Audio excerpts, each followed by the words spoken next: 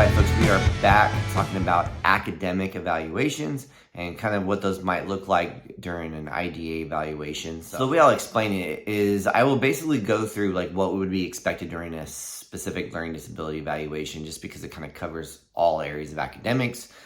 The first part of an academic evaluation I'll talk about is reading, which is very important. So how we would measure reading, we do it a couple different ways, and you want multiple ways to measure reading. Curriculum-based measures and then standardized evaluations. The standardized evaluations are important because it gives a good snapshot of how their child might do against other children who were given that evaluation in a very contrived and specific way. All right, so the areas for reading that you would evaluate are, number one, basic reading.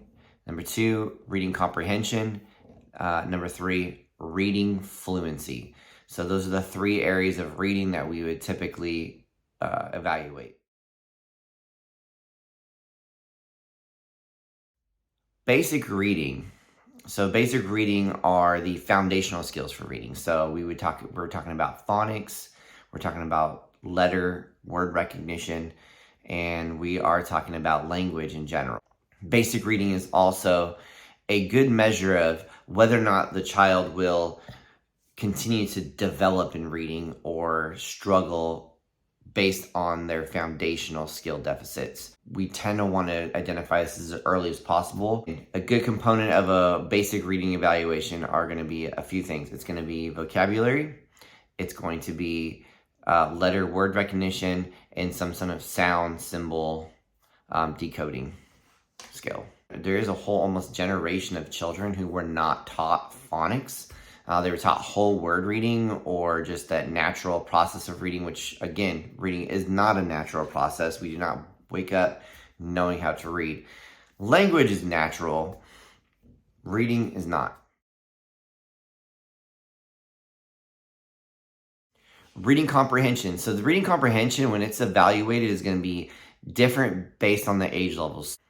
So reading comprehension at that lower level might be them reading a sentence such as, Sally bakes pie, and then the comprehension piece being, what does Sally bake?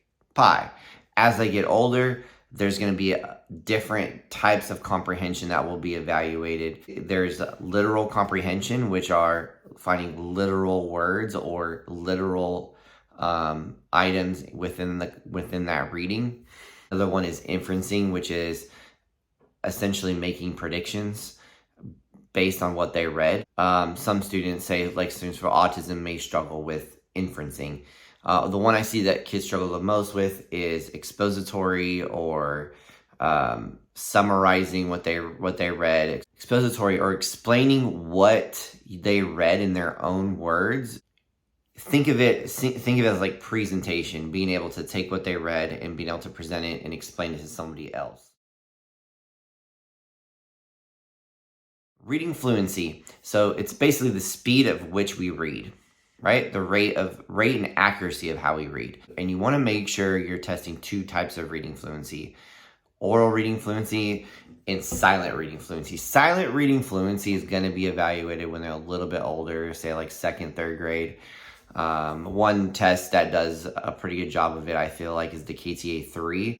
And they essentially will read a sentence and answer yes or no, and some things like the question might be, are some apples red, yes or no? And they read this silently to themselves. And why do I say you need both? Oral reading fluency is something that they're going to be exposed to a little bit more when they're younger. So think popcorn reading or reading aloud and reading to other people. You know, you're always asked to have your child read to you.